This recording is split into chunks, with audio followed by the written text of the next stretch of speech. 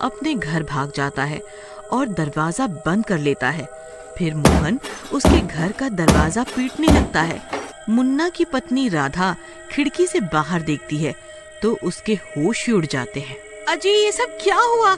ये तो मोहन भाई है ना? ये शैतान कैसे बन गए जी? हाँ, ये शैतान कैसे बन गए? राधा, मुझे माफ कर दो। हम तीनों मिलकर पहाड़ी पर गए थे। वहीं पर मोहन भाई के पैर में कुछ काट गया और उसका ये हाल हुआ। अब वो जिसे भी काट रहे हैं वो भी उन्हीं की तरह बनता जा रहा है। अजी, आपको वहाँ नहीं जाना चाहिए था। चलिए, हमें अभी अपने पुरोहित जी के पास जाना होगा। उन्होंने ही मना किया था कि कोई इस पहाड़ी पे नहीं जाएगा, तो उन्हें उपाय जरूर पता होगा। हाँ, पर कैसे चलेंगे? बाहर तो मेरे सब ससुराल वाले खड़े हैं हमारा स्वागत करने के लिए। जाओ, तुम ही खातिरदारी करवा लो जाके। आपने ही अपने दोस्तों को इस मुसीबत में डाला है ना, अब आपको ही इन्हें इस मुसीबत से निकालना होगा। हाँ, ठीक कह रही हो। चलो बताओ, फिर क्या तरकीब है? ये देखिए, मेरे पास ये नकली भालू के कपड़े हैं। कल राजू के स्कूल में नाटक है ना, उसी के लिए मैं ये लेकर आई थी। इसे पहनकर हम चलते हैं। अगर किसी ने काटा भी तो मुखौटा या इन मोटे कपड़ों पर ही काटेगा, हम बच जाएंगे। वाह वाह मेरी राधा रानी, तू बचा ले बस। तुझे तो मैं पूरी दुनिया की सैर करवाऊंगा। बस बस, अब रहने दो जी। आज तक पूरे गांव की सैर तो कराई ना होगी, दुनिया की सैर क्या खाक कराओगे? फिर वो दोनों भालू के कपड़ों को पहन लेते हैं और दरवाजा खोलते ही सामने मोहन शैतान बना खड़ा होता है और मुन्ना को काट लेता है। अरे नहीं नहीं, मर गया रे। अजी, ज्यादा नाटक मत करो, जल्दी चलो, आपको कुछ नहीं होगा। फिर मुन्ना मोहन को धक्का देकर राधा के साथ भागता है और भागते भागते वो दोनों पुरोहित के गांव पहुंच जाते हैं और मुखौटा हटाते हैं। पुरोहित जी, दरवाजा जल्दी खोलिए। कौन है? अरे राधा बेटी, तुम यहाँ इतनी घबराई हुई क्यों हो? क्या हुआ? आओ, अंदर आओ। इतने में मोहन भी उनके पीछे पीछे पुरोहित के घर जाने लगता है। फिर राधा जल्दी से दरवाजा बंद कर लेती है और पुरोहित जी को सारी बात बताती है। मुझे पता था वो पहाड़ी श्रापित है। वहाँ का हर जीव जंतु श्रापित है। तभी सालों से वहाँ सबको जाने से मना किया था मैंने, लेकिन तुमने मेरी बात नहीं मानी। पुरोहित जी, मुझे माफ कर दो। मेरे कारण ही ये सब हुआ है। तभी डरावनी डरावनी आवाजें आने लगती है। राधा खिड़की से झांक कर देखती है तो सब गांव वाले शैतान बन चुके होते हैं और पुरोहित के घर की ओर ही बढ़ रहे होते हैं। मुन्ना और राधा, तुम दोनों इन सब को अपनी ओर बुलाओ। मैं छत पर जाकर इनका इलाज करता हूँ। तभी राधा और मुन्ना दरवाजा खोल के दरवाजे पे खड़े हो जाते हैं। मोहन, मेरे दोस्त, आओ मेरे पास। तुम मेरे दोस्त हो ना? तभी सब शैतान बने हुए गांव वाले पुरोहित के घर के पास आने लगते हैं। मोहन और आशु मुन्ना के पास पहुंच जाते हैं। मैं तुम्हें नहीं छोड़ूंगा। मुझे बहुत भूख लगी है। अरे मर गए। अरे पुरोहित जी कहाँ चले गए? इतने में मोहन और आशु मुन्ना को काटने आते हैं और उसे पकड़ लेते हैं। अरे भाई, छोड़ दे मुझे, मैं तेरा दोस्त हूँ ना, मुझे छोड़ दे। फिर मोहन मुन्ना को काटने ही वाला होता है कि पुरोहित जी ऊपर से मोहन और आशु पे भभूत डाल देते हैं और भभूत डालते ही मोहन रुक जाता है और ठीक होने लगता है। मुन्ना, राधा, ये भभूत ले लो। इन सब गांव वालों पे डाल दो। ये सब शिव जी की भभूत डालते ही ठीक हो जाएंगे। फिर राधा और मुन्ना ऐसा ही करते हैं। ओम नमः स्वाहा, ओम नमः शिवाय, ओम नमः शिवाय, ओम नमः शिवाय, ओम नमः शिवाय। और जैसे ही गांव वालों पे भभूत डलती जाती है, वो सब ठीक होते जाते हैं।